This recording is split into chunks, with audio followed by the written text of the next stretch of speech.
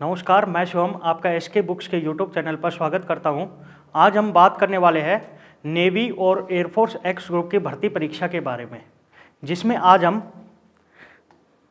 Maths का chapter complex number का part first पढ़ेंगे। पार्ट फर्स्ट में देखिए, आपको याद रखना है कि कोई भी नंबर जो a प्लस आयोटा b की फॉर्म में लिखा हो वो कॉम्प्लेक्स नंबर होगा और इसको जड़ से रिप्रेजेंट करते हैं। जहां पे आपको याद रखना है,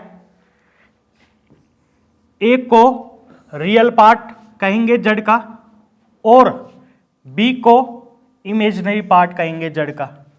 अब ए रियल पार्ट है जड़ का, तो इसीलिए इसको आर ई जेड से रिप्रेजेंट करते हैं, और बी इमेजिनरी पार्ट है तो इसीलिए हम इसको आई एम जेड से रिप्रेजेंट करते हैं। तो आपको याद रखना है कि रियल पार्ट ऑफ जेड होगा ए और इमेजिनरी पार्ट ऑफ जेड होगा बी। और आपको याद रखना है कि यहां पे ए और बी रियल होनी चाहिए। यहां पे आई जो है उसको हम कहते हैं iota.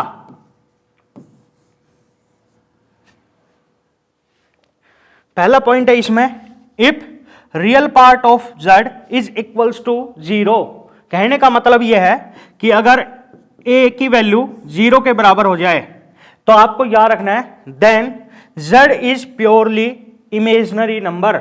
Z purely imaginary number कहलाएगा। दूसरा पॉइंट है, if imaginary part of Z is equals to 0। कहने का मतलब यह है कि बी की वैल्यू 0 के बराबर हो, then z is purely real number. आपको याद रखना है, अगर इमेजिनरी पार्ट 0 के बराबर है तो z प्योरली रियल नंबर कहलाएगा। अगला इसमें इंटीग्रल पावर्स ऑफ आयोटा। आपको याद रखना है, it is introduced by mathematician Leonhard Euler. Leonhard Euler ने इसको इंट्रोड्यूस किया था। आपको याद रखना है, आयोटा की पावर 1 ये बराबर होता है अंडर माइनस 1 के। ऐसे ही आयोटा की पावर 2 ये बराबर होगा -1 के। आयोटा की पावर 3 ये बराबर होगा माइनस आयोटा के, और आयोटा की पावर 4 ये बराबर होगा 1 के। आपको ये 4 वैल्यू याद कर लेनी है, और आपसे आयोटा की कोई भी पावर पूछ ले आप आसानी से निकाल सकते हो। उसके लिए आपको ये पॉइंट याद रखना है कि to find iota any power express has multiple of 4।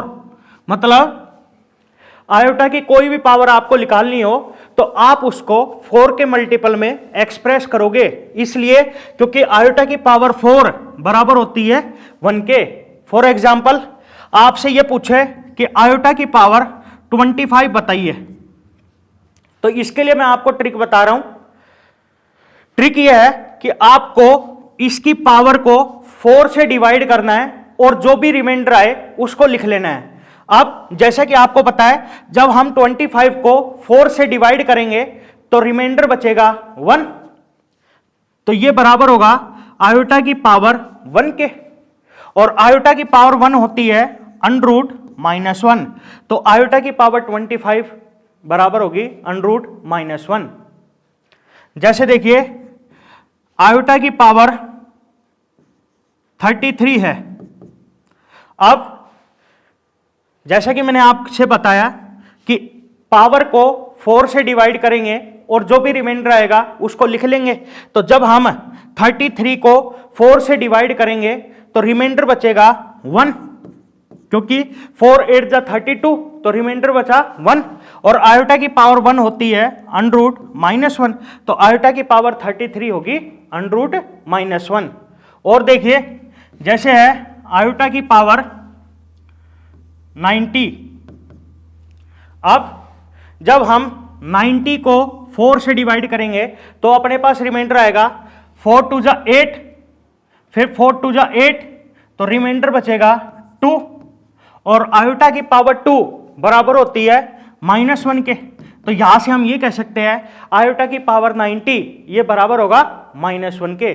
तो आपको याद रखना है कि आयोटा की पावर कुछ भी पूछ ले आपसे तो आप पावर को 4 से डिवाइड करोगे और जो भी रिमाइंडर आएगा उसको लिख लोगे।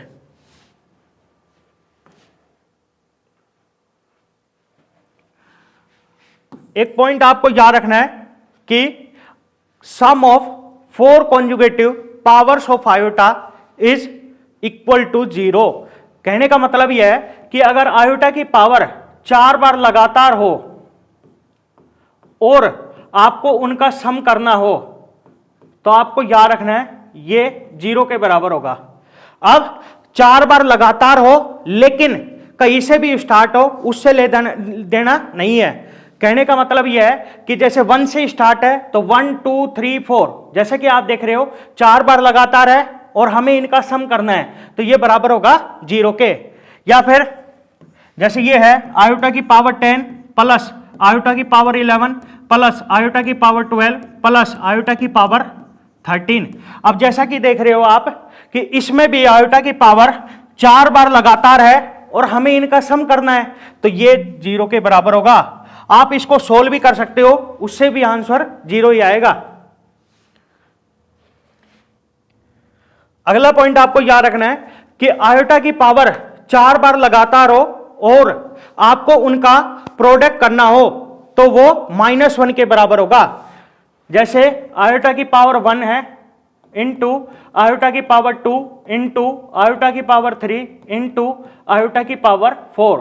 अब जैसा कि आप देख रहे हो आयोटा की पावर 4 बार लगातार है और हमें इनका प्रोडक्ट करना है तो याद रखना ये -1 के बराबर होगा। आप इसको सोल्व भी कर सकते हो। जैसा कि आपको पता है इन सब का बेस जो है वो इक्वल है तो पावर ऐड हो जाएंगी तो ये अपने पास आएगा आयोटा की पावर 1 + 2 3, 3 + 3 6, 6 + 4 10। अब आयोटा की पावर 10 इसको सोल्व करेंगे तो 10 को जब हम 4 से डिवाइड करेंगे तो अपने पास रिमाइंडर बचेगा 2 और आयोटा की पावर 2 ये बराबर होती है -1 के। तो जैसा कि आप देख रहे हो ऊपर भी -1 है तो आपको याद रखना है कि अगर आयोटा की पावर 4 बार लगातार हो और आपको उनका प्रोडक्ट करना हो तो वो -1 के बराबर होगा। अब 4 बार लगातार हो और कहीं से भी स्टार्ट हो उससे लेना देना नहीं है। फॉर एग्जाम्पल जैसे ये है आयोटा की पावर 21 इंटू आयोटा की पावर 22 इंटू आयोटा की पावर 23 इंटू आयोटा की पावर 24। अब जैसा कि आप देख रहे हो आयोटा की पावर 4 बार लगातार है और आपको इनका प्रोडक्ट करना है तो ये बराबर होगा -1 के। अगला है नोट। सबसे पहला पॉइंट है इसमें आपको याद रखना है कि नेचुरल नंबर्स सबसेट होते हैं होल नंबर्स के, होल नंबर्स सबसेट होते हैं इंटीजर्स के, इंटीजर्स सबसेट होते हैं रैशनल नंबर के, रैशनल नंबर सबसेट होते हैं रियल नंबर के और रियल नंबर सबसेट होते हैं कॉम्प्लेक्स नंबर के। तो यहां से हम ये कह सकते हैं कि इन सब में से सबसे बड़े होंगे कॉम्प्लेक्स नंबर। तो आप यहां से ये कह सकते हो कि कॉम्प्लेक्स नंबर जो है वो सुपरसेट होगा। अब जैसा कि आपको पता होगा कि इसको कहते हैं सबसेट और इसका मतलब यह होता है कि अगर दो सेट है ए और बी, फॉर एग्जाम्पल अगर ए है 1 2 और बी है 1 2 3। अब जैसा कि आप देख रहे हो ए के सारे एलिमेंट बी में है तो यहां से हम ये कह सकते हैं कि ए जो है वो बी का सबसेट है।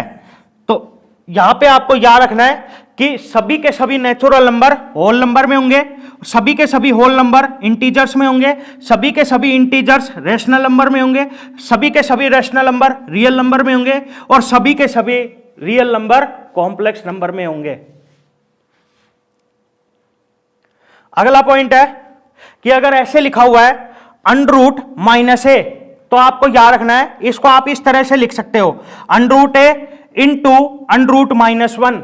और जैसा कि आपको पता है √-1 ये बराबर होता है आयोटा के तो ये बराबर होगा आयोटा √a के। फॉर एग्जाम्पल अगर ऐसे लिखा हुआ है √-3 तो आप याद रखना इसको आप इस तरह से लिखोगे आयोटा √3। अगला पॉइंट है अगर ऐसे लिखा हुआ है under root minus A into under root minus B, तो आपको याद रखना है ये बराबर होगा minus under root A B के।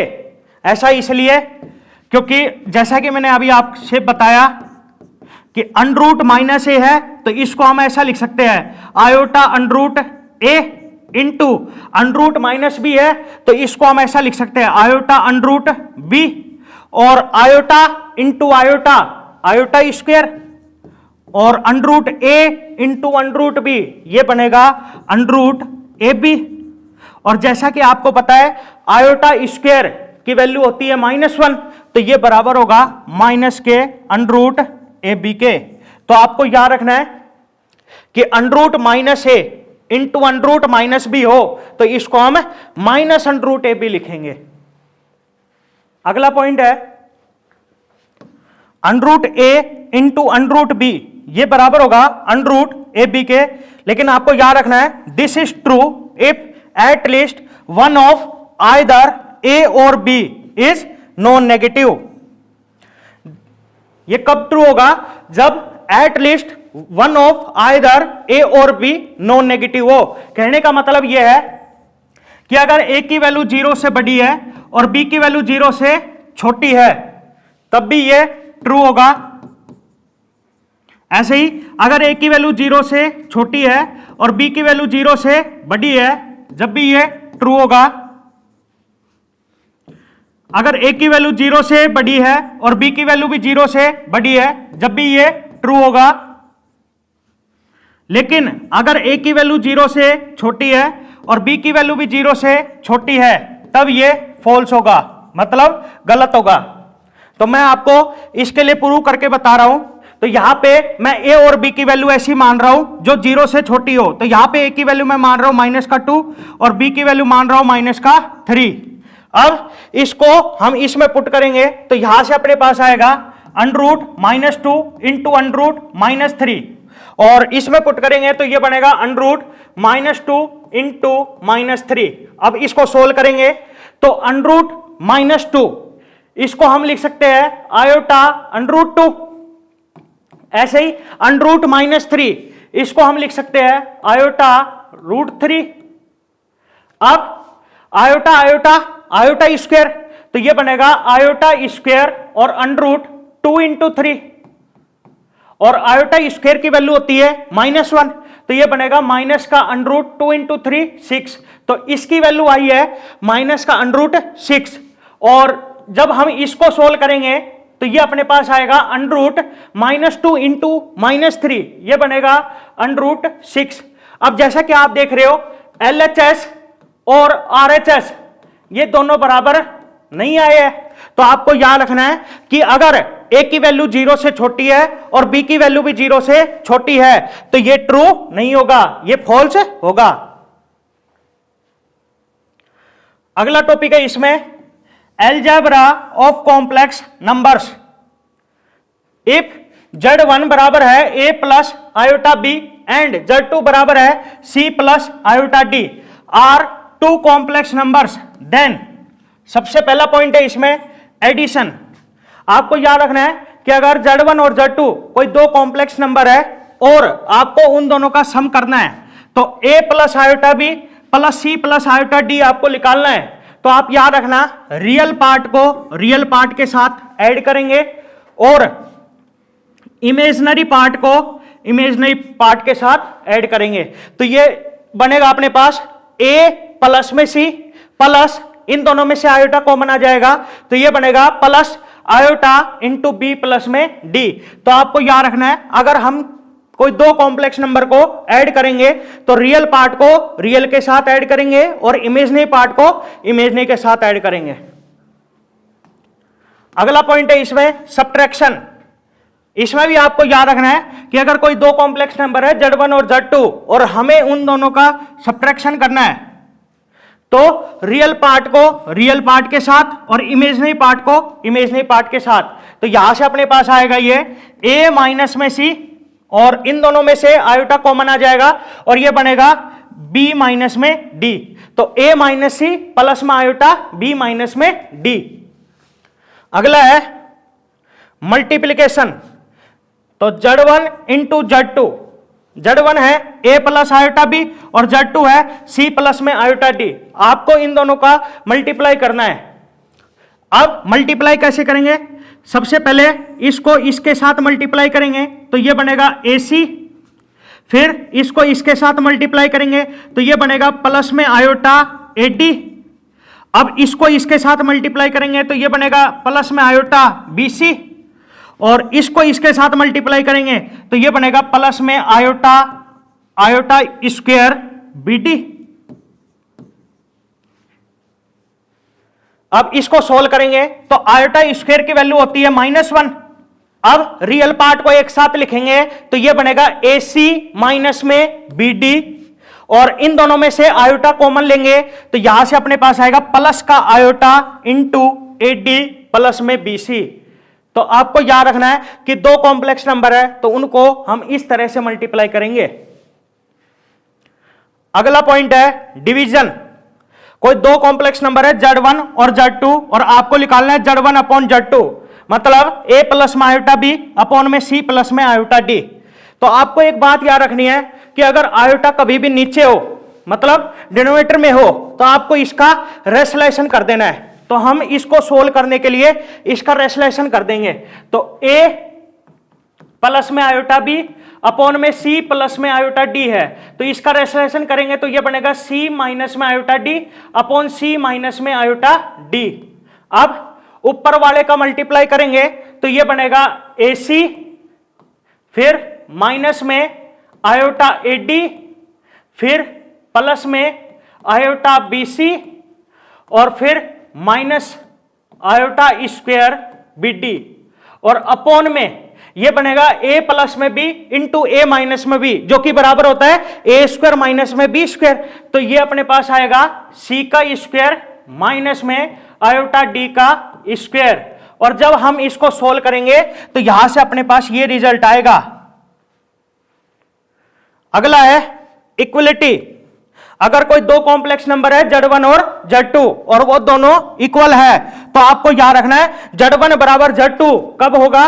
जब A बराबर C होगा और B बराबर D होगा, मतलब पहले का रियल पार्ट दूसरे के रियल पार्ट के बराबर होगा और पहले का इमेजिनरी पार्ट दूसरे के इमेजिनरी पार्ट के बराबर होगा।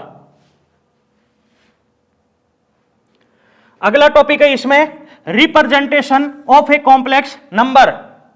जैसा कि आपको पता है कॉम्प्लेक्स नंबर होता है Z बराबर A प्लस आयोटा B। तो आपको याद रखना है कि कॉम्प्लेक्स नंबर को हम यूनिक पॉइंट की फॉर्म में रिप्रेजेंट कर सकते हैं। तो A प्लस आयोटा B को हम इस तरह से रिप्रेजेंट कर सकते हैं A कोमा B, जहां पे आपको याद रखना है ये इसका रियल पार्ट होगा और ये इमेजिनरी पार्ट होगा। तो आपको याद रखना है कि any complex number can be represented by a unique point in the Argand plane या फिर कॉम्प्लेक्स प्लेन। आपको याद रखना है कि कॉम्प्लेक्स नंबर को हम जिस प्लेन में रिप्रेजेंट करते हैं उस प्लेन को हम कहते हैं आर्गेंट प्लेन या फिर कॉम्प्लेक्स प्लेन। आपको याद रखना है कि कॉम्प्लेक्स नंबर में ये जो एक्स एक्सिस होती है इसको हम कहते हैं रियल एक्सिस और वाई एक्सिस को हम कहते हैं इमेजिनरी एक्सिस। और ये कोई कॉम्प्लेक्स नंबर है जिसको हमने पॉइंट की फॉर्म में रिप्रेजेंट किया P A, B। अब फॉर एग्जांपल अगर कोई कॉम्प्लेक्स नंबर है अपने पास 3 माइनस में 4 आयोटा, और अगर हम इसको पॉइंट की फॉर्म में रिप्रेजेंट करना चाहे तो इसको इस तरह से करेंगे। रियल पार्ट है इसका 3 और इमेजिनरी पार्ट है माइनस का 4। या फिर अगर कोई कॉम्प्लेक्स नंबर है माइनस का 3 माइनस में 4 आयोटा और इसको पॉइंट की फॉर्म में रिप्रेजेंट करना चाहे तो इस तरह से करेंगे। रियल पार्ट है माइनस का 3 और इमेजिनरी पार्ट है माइनस का 4। अगला टॉपिक है conjugate of a complex number. जैसा कि आपको पता है कॉम्प्लेक्स नंबर होता है Z बराबर A plus iota B।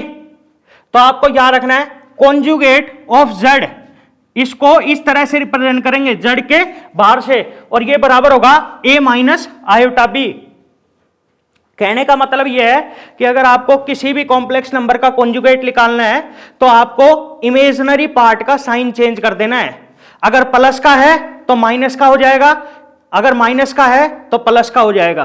For example, अगर कोई कॉम्प्लेक्स नंबर है अपने पास 3 प्लस में 4 आयोटा, और अगर हम इसका कॉन्जुगेट निकालेंगे तो ये अपने पास आएगा 3 माइनस में 4 आयोटा।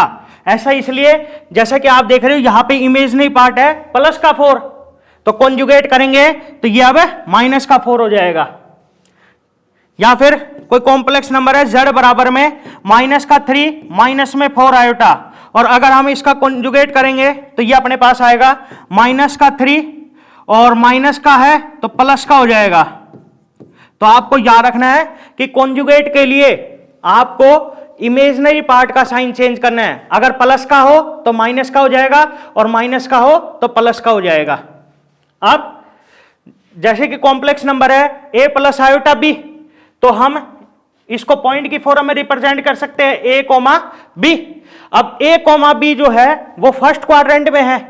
अब हमने जब इसका कॉन्जुगेट किया तो ये अपने पास आया a माइनस आयोटा b। अब अगर हम इसको पॉइंट की फॉर्म में रिप्रेजेंट करेंगे तो ये बनेगा a कोमा माइनस में b। अब जैसा कि आपको पता है कि a कोमा माइनस b जो होगा वो फोर्थ क्वाड्रेंट में होगा, क्योंकि इसमें y एक्सिस का नेगेटिव है और x एक्सिस का पॉजिटिव है। तो यहां से ये समझ में आया हमें कि पहले कॉम्प्लेक्स नंबर था फर्स्ट क्वाड्रेंट में, और जब हमने इसका कॉन्जुगेट किया तो ये अब आ गया फोर्थ क्वाड्रेंट में।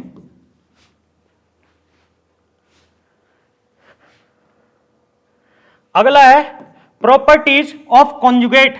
सबसे पहली प्रॉपर्टी है कि कोई कॉम्प्लेक्स नंबर है z, और अगर हम उसका 2 बार कॉन्जुगेट कर देंगे तो अपने पास वही कॉम्प्लेक्स नंबर आ जाएगा। फॉर एग्जाम्पल, z बराबर है 3 प्लस में 4 आयोटा। अगर हम इसका एक बार कॉन्जुगेट करेंगे तो ये अपने पास आएगा 3 माइनस में 4 आयोटा, और अगर मैं इसका एक और बार कॉन्जुगेट कर देता हूं तो ये अपने पास आएगा 3, अब माइनस का है तो प्लस का हो जाएगा। अब जैसा कि आप देख रहे हो 3 प्लस में 4 आयोटा ये बराबर है z के, तो यहां से हम ये कह सकते हैं कि अगर हम किसी कॉम्प्लेक्स नंबर का 2 बार कॉन्जुगेट कर देंगे तो अपने पास वही कॉम्प्लेक्स नंबर आ जाएगा। अगला पॉइंट है कि कोई कॉम्प्लेक्स नंबर है z और वो बराबर हो z के कॉन्जुगेट के, तो यहां से हम ये कह सकते हैं कि z जो है वो प्योरली रियल है। अगला पॉइंट है कि अगर कोई कॉम्प्लेक्स नंबर है z और वो बराबर है माइनस ऑफ z के कॉन्जुगेट के, तो यहां से हम ये कह सकते हैं कि z जो है वो प्योरली इमेजिनरी है। फॉर एग्जाम्पल, जैसे z बराबर है 3। अब जैसा कि आप देख रहे हो कि इसमें इमेजिनरी पार्ट 0 है, क्योंकि इसको हम इस तरह से भी लिख सकते हैं 3 प्लस में 0 आयोटा। अब रियल पार्ट तो है 3 और इमेजिनरी पार्ट है 0। और जैसा कि मैंने आपसे कहा था कि जब हम इसका कॉन्जुगेट करेंगे तो ये अपने पास आएगा 3, और 0 के चाहिए माइनस लगाओ या मत लगाओ एक ही बात है।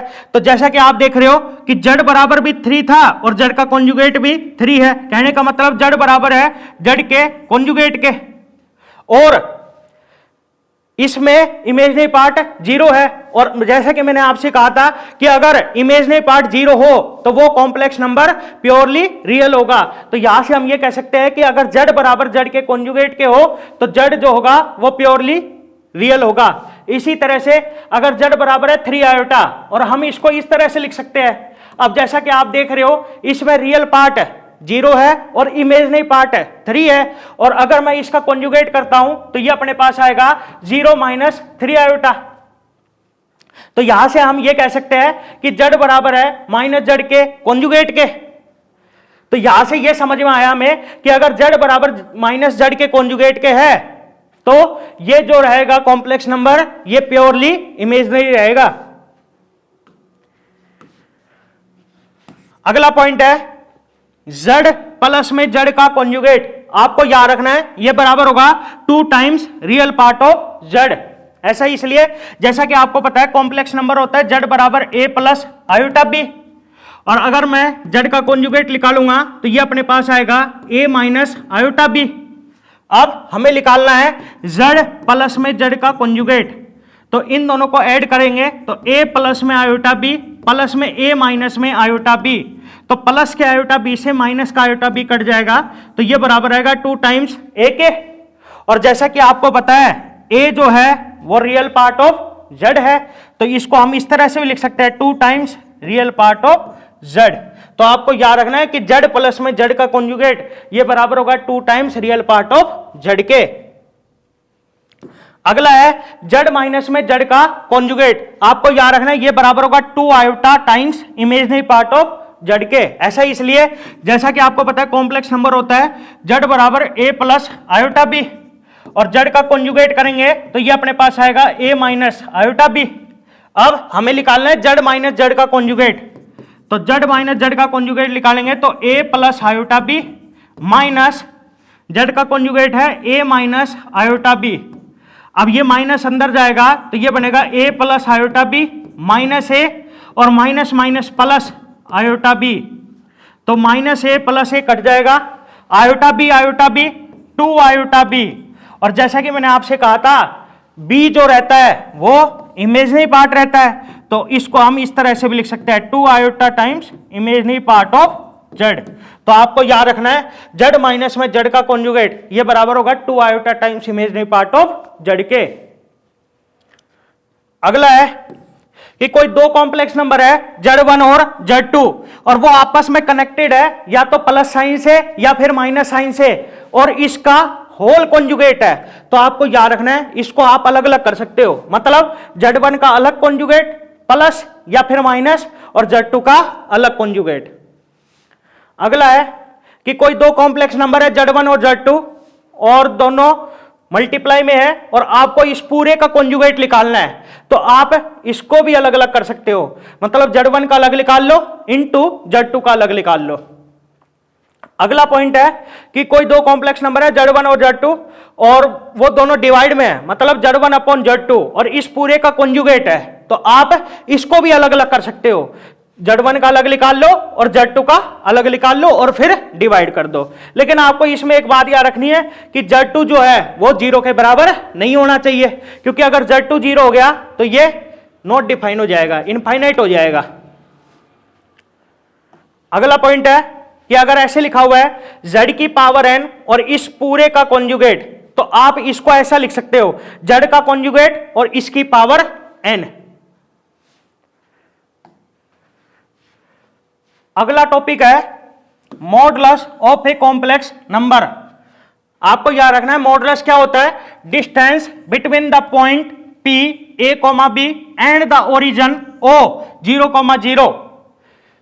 ये क्या कहलाएगा, मॉडुलस कहलाएगा। कहने का मतलब यह है कि ये पॉइंट है P जो कि एक कॉम्प्लेक्स नंबर को रिप्रेजेंट कर रहा है, और इस पॉइंट की ओरिजिन से जो डिस्टेंस होगी वो z का मोड कहलाएगा।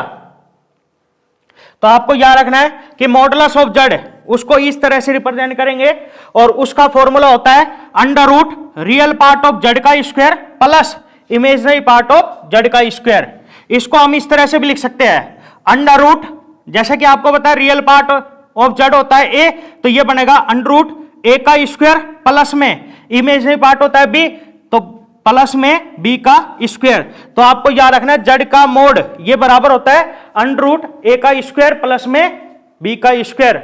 फॉर एग्जाम्पल कोई कॉम्प्लेक्स नंबर है अपने पास z बराबर 3 प्लस में 4 आयोटा और हमें इसका मॉडुलस निकालना है, तो ये बराबर होगा अंडर रूट रियल पार्ट का स्क्वायर प्लस में इमेजिनरी पार्ट का स्क्वायर, तो मतलब 3 का स्क्वायर प्लस में 4 का स्क्वायर, और 3 का स्क्वायर होगा 9 और 4 का स्क्वायर होगा 16 और 16 प्लस में 9 25 और 25 का रूट होगा 5, तो z का मोड आएगा 5 के बराबर। अगला टॉपिक है प्रॉपर्टीज ऑफ मॉडुलस। सबसे पहली प्रॉपर्टी है आपको याद रखना है कि z का मॉडुलस ये बराबर होगा z के कॉन्जुगेट के मॉडुलस के, और ये बराबर होगा माइनस ऑफ z के मोड के। फॉर एग्जांपल z हमने माना 3 प्लस में 4 आयोटा, अब इसका मॉडुलस निकालेंगे तो ये अपने पास आएगा अंडर रूट 3 का स्क्वायर 9 प्लस 4 का स्क्वायर 16 और 16 प्लस में 9 25 और 25 का रूट 5। ऐसे ही अगर जड़ का कॉन्जुगेट करते हैं तो जैसा कि मैंने आपसे कहा था कॉन्जुगेट निकालने के लिए इमेजिनरी पार्ट का साइन चेंज करना है। तो जैसा कि आप देख रहे हो यहां पे इमेजिनरी पार्ट का साइन है प्लस का, तो अब हो जाएगा माइनस का। तो जड़ का कॉन्जुगेट होगा 3 माइनस 4 आयोटा, और इसका मॉडुलस निकालेंगे तो ये अपने पास आएगा अंडर रूट 3 का स्क्वायर 9 प्लस माइनस 4 का स्क्वायर प्लस का 16, और 16 प्लस में 9 25, 25 का रूट 5, और माइनस जेड निकालेंगे तो ये अपने पास आएगा, माइनस जेड का मतलब ये है कि जेड को -1 से मल्टीप्लाई कर दिया है, तो ये अपने पास आएगा माइनस का 3 माइनस 4 आयोटा, और इसका मॉडुलस निकालेंगे तो ये अपने पास आएगा अंडर रूट -3 का स्क्वायर 9 प्लस -4 का स्क्वायर प्लस का 16, 16 प्लस 9 25, 25 का रूट 5। अब जैसा कि आप देख रहे हो इन तीनों का मॉडुलस बराबर आया है, तो यही मैंने आपको बताया है कि जड़ का मॉडुलस बराबर होगा जड़ के कॉन्जुगेट के मॉडुलस के, और ये बराबर होगा माइनस ऑफ जड़ के मोड के। अगला है, आपको याद रखना है कि जड़ इंटू जड़ का कॉन्जुगेट ये बराबर होगा मोड ऑफ जड़ के स्क्वायर के। जैसा कि आपको बताया जड़ बराबर होता है a प्लस आयोटा बी, और जड़ का कॉन्जुगेट निकालेंगे तो वो अपने पास आएगा a माइनस आयोटा बी। अब जड़ इंटू जड़ का कॉन्जुगेट निकालेंगे तो ये होगा a plus iota b into a minus iota b. अब इस पे फॉर्मूला लगाएंगे तो ये बनेगा a का स्क्वायर माइनस आयोटा बी का स्क्वायर, तो ये अपने पास आएगा a का स्क्वायर, और आयोटा स्क्वायर होता है -1, तो ये बन जाएगा प्लस का b का स्क्वायर, और इसको हम इस तरह से भी लिख सकते हैं मोड ऑफ जड़ के स्क्वायर के, क्योंकि मोड ऑफ जड़ होता है अंडर रूट a का स्क्वायर प्लस b का स्क्वायर, और अगर हम उसका स्क्वायर करेंगे तो अपने पास यही आएगा। अगली प्रॉपर्टी है कि z की पावर n है और इसका मॉडुलस है, तो आपको याद रखना है इसको आप ऐसे भी लिख सकते हो z का मॉडुलस और इसकी पावर n। अगली प्रॉपर्टी है कि कोई दो कॉम्प्लेक्स नंबर है z1 और z2 और दोनों मल्टीप्लाई में है और आपको उनका मॉडुलस निकालना है, तो आप अलग अलग मॉडुलस निकाल के और उनको मल्टीप्लाई कर सकते हो। ऐसे ही z1 अपॉन z2 का मॉडुलस है तो इसको आप ऐसे लिख सकते हो z1 का मॉडुलस अपॉन z2 का मॉडुलस। इसमें आपको एक बात याद रखनी है कि z2 जो है वो 0 के बराबर नहीं होना चाहिए। अगली प्रॉपर्टी है कि z1 प्लस माइनस z2 का मॉडुलस ये लेस देन और इक्वल टू z1 का मॉडुलस प्लस में z2 का मॉडुलस रहेगा। अगली प्रॉपर्टी है कि z1 प्लस माइनस z2 का मॉडुलस ये ग्रेटर देन और इक्वल टू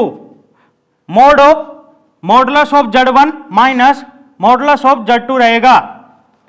अगली प्रॉपर्टी ये सबसे इंपॉर्टेंट प्रॉपर्टी है, आपको याद कर लेनी है कि z1 प्लस माइनस z2 का मोड का स्क्वायर ये बराबर होगा मोड ऑफ z1 का स्क्वायर प्लस में मोड ऑफ z2 का स्क्वायर प्लस या माइनस। याद रखना अगर आप यहां पे प्लस का लेते हो तो यहां पे प्लस का आएगा और माइनस का लेते हो तो यहां पे माइनस का आएगा, और 2 times real part of z1 into z2 के कॉन्जुगेट के। अगली प्रॉपर्टी है कि z1 प्लस में z2 का मोड का स्क्वायर ये बराबर होगा z1 का मोड का स्क्वायर प्लस में z2 के मोड के स्क्वायर के। लेकिन आपको याद रखना है ये कब होगा, जब z1 upon z2 purely imaginary होगा। कहने का मतलब यह है कि z1 अपॉन z2 का रियल पार्ट क्या होगा, 0। अगला टॉपिक है एडिटिव इनवर्स। जैसा कि आपको पता है कॉम्प्लेक्स नंबर होता है z बराबर a प्लस आयोटा b, और आपको इसका एडिटिव इनवर्स निकालना है। कहने का मतलब -z। तो आपको याद रखना है एडिटिव इनवर्स निकालने के लिए आपको रियल पार्ट का भी साइन चेंज करना है और इमेजिनरी पार्ट का भी साइन चेंज करना है। तो एडिटिव इनवर्स निकालेंगे तो ये अपने पास आएगा माइनस का a माइनस में आयोटा b।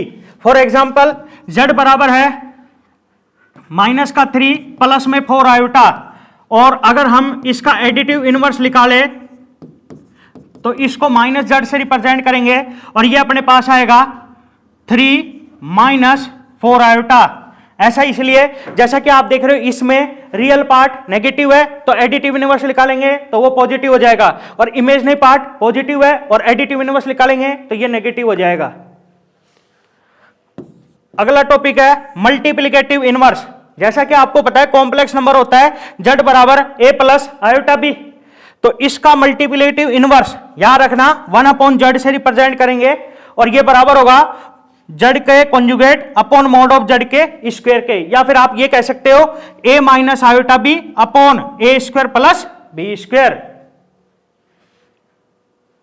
Thank you. इस एग्जाम के लिए एसके बुक्स सभी शॉप्स और ऑनलाइन भी अवेलेबल है। अगर आप ऑनलाइन लेना चाहते हैं तो इसका लिंक डिस्क्रिप्शन बॉक्स में अवेलेबल है। इस चैनल पर हम इस भर्ती और अन्य सभी भर्तियों से संबंधित इंपॉर्टेंट जानकारी और स्टडी मटेरियल उपलब्ध करवाते रहेंगे। तो आप इस वीडियो को लाइक कीजिए, चैनल को सब्सक्राइब कीजिए और अपने दोस्तों के साथ शेयर भी कीजिए। मिलते हैं अगली वीडियो में। जय हिंद।